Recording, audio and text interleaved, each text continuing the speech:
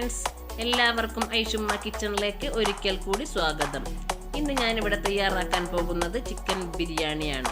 വളരെ എളുപ്പത്തിൽ രുചികരമായ ചിക്കൻ ബിരിയാണി തയ്യാറാക്കുന്ന വിധം നമുക്ക് കാണാം.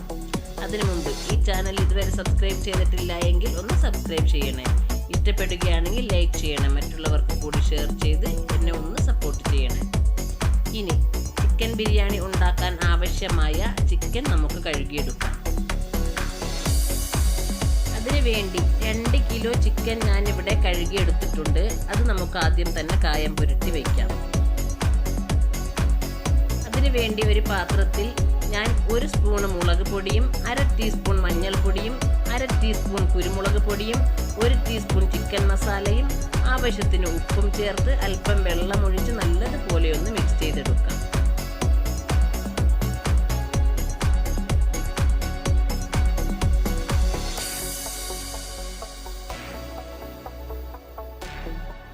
നല്ലതുപോലെ മിക്സ് ചെയ്തതിന് ശേഷം ഇതുപോലെ ചിക്കനിൽ ഇത് കത്തി കൊണ്ട് വരഞ്ഞ് നമുക്കിത് നല്ലതുപോലെ പുരട്ടി വയ്ക്കാം. ബാക്കിയുള്ളത് കൂടി ഇതുപോലെ നല്ലതുപോലെ മിക്സ് ചെയ്ത് വയ്ക്കാം. ഇപ്പോൾ മുഴുവൻ ചിക്കനും ഇതുപോലെ കായം പുരട്ടി കഴിഞ്ഞിട്ടുണ്ട്.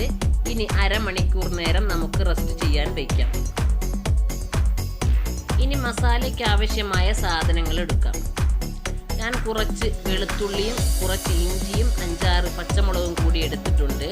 അത് നല്ലതുപോലെ ഒന്ന് ചതച്ചെടുക്കാം. ഒരു 6 സവാള ഞാൻ അരിഞ്ഞു വെച്ചിട്ടുണ്ട്. 2 തക്കാളിയും കൂടി എടുത്തു.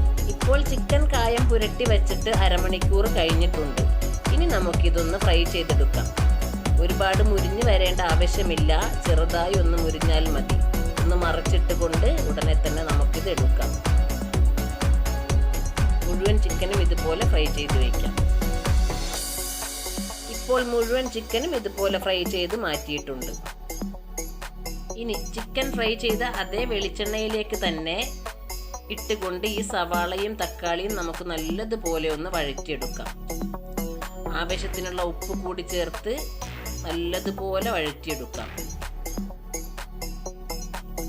ഇടയ്ക്കിടയ്ക്ക് നല്ലതുപോലെ ഇളക്കി കൊടുത്ത് മിക്സ് ചെയ്തുകൊണ്ട് തന്നെ നല്ലതുപോലെ ഒന്ന് വഴറ്റിയെടുക്കാം.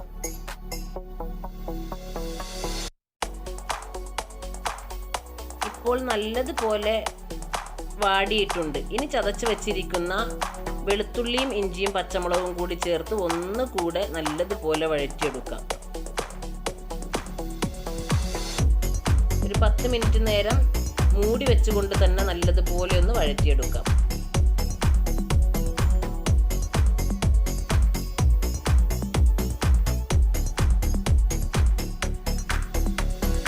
മൂടി വെച്ച് 10 മിനിറ്റിന് ശേഷം ഇത് നല്ലതുപോലെ വഴണ്ടി വന്നിട്ടുണ്ട്. ഇനി ഇതിലേക്ക് 2 ടീസ്പൂൺ മുളക് പൊടിയും 1 ടീസ്പൂൺ മഞ്ഞൾപ്പൊടിയും 1/2 ടീസ്പൂൺ കുരുമുളക് പൊടിയും 1 ടീസ്പൂൺ മല്ലിപ്പൊടിയും 1 ടീസ്പൂൺ ചിക്കൻ മസാലയും കൂടി ചേർത്ത് നല്ലതുപോലെ ഒന്ന് വഴറ്റിയെടുക്കാം.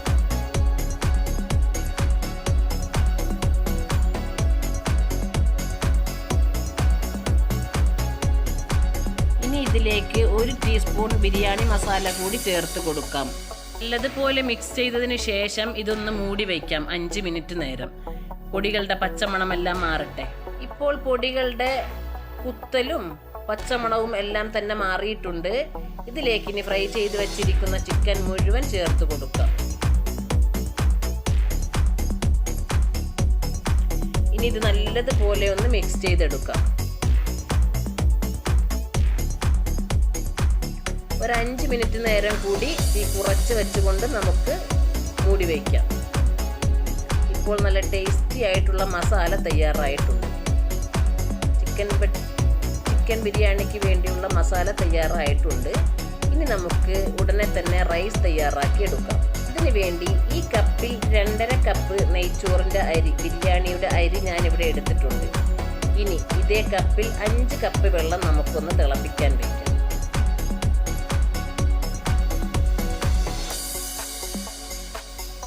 അതിലേക്ക് ആവശ്യമായ ഉപ്പ് കൂടി ചേർത്ത് കൊടുക്കാം. ഇനി ഇതിലേക്ക് അല്പം കറുകപ്പട്ടയും കറിയാമ്പു, ഏലക്ക, പെരിഞ്ജീരകം എന്നിവ ചേർത്ത് കൊടുക്കാം. അല്പം കുരുമുളക് കൂടി ചേർത്ത് കൊടുക്കാം. ഇനി ഇതിലേക്ക് അല്പം നെയ്യ് ഒഴിച്ചു കൊടുക്കാം. ഇനി ഇതൊന്ന് തിളച്ച് വരട്ടെ. തിളച്ച് വരുമ്പോഴത്തേക്കും നമുക്ക് അരി കഴുകിയെടുക്കാം. ഇപ്പോൾ നല്ലതുപോലെ തിളച്ച് തുടങ്ങിയിട്ടുണ്ട്. ഇതിലേക്ക് ഈ അരി നമുക്ക് ഇട്ട് കൊടുക്കാം. ഇനി ഇത് നല്ലതുപോലെ ഒന്ന് മിക്സ് ചെയ്ത് മൂടി വയ്ക്കാം.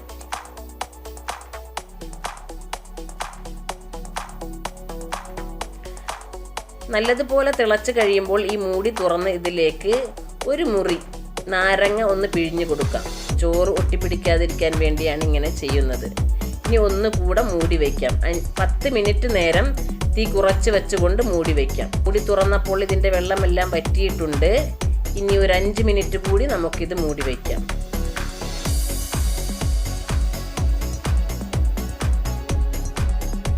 ഇപ്പോൾ നെയ്ച്ചോറ് റെഡി ആയിട്ടുണ്ട്.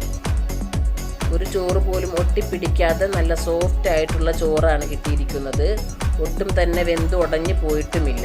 ഇതിലേക്ക് അല്പം നെയ്യ് കൂടി ഒഴിച്ചു കൊടുക്കാം. ഇനി മൂടി വെച്ചുകൊണ്ട് നമുക്ക് അല്പം കശുവണ്ടിയും മുന്തിരിയും സവാളയും കൂടി ഒന്ന് വറുത്തെടുക്കാം.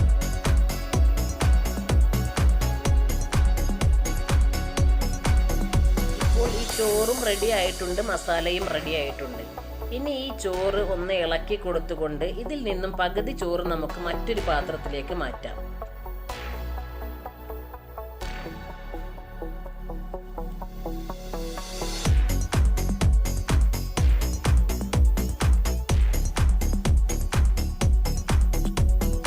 ഇപ്പോൾ ഇതിൽ നിന്നും പകുതി ചോറ് മറ്റൊരു പാത്രത്തിലേക്ക് മാറ്റിയിട്ടുണ്ട്. ഇനി നമ്മൾ റെഡിയാക്കി വെച്ചിരിക്കുന്ന ചിക്കൻ മസാല ഇതിലേക്ക് ചേർത്ത് കൊടുക്കാം. മുഴുവൻ മസാലയും ഇതിലേക്ക് ചേർത്ത് കൊടുക്കാം നമുക്ക്.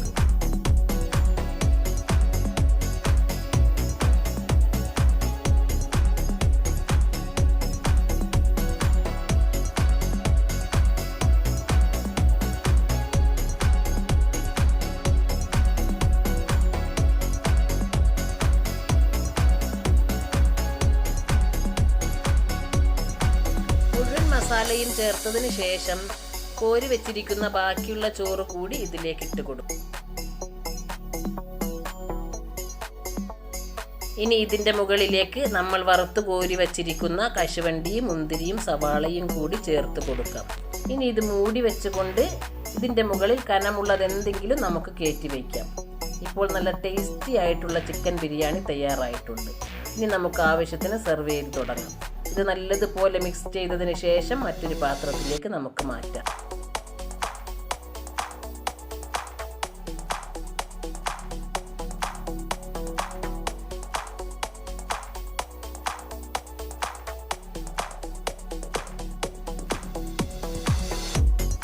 ടേസ്റ്റി ആയിട്ടുള്ള ചിക്കൻ ബിരിയാണിയാണ്. എല്ലാവരും ഒന്ന് ട്രൈ ചെയ്ത് നോക്കൂ. Okay, thank you.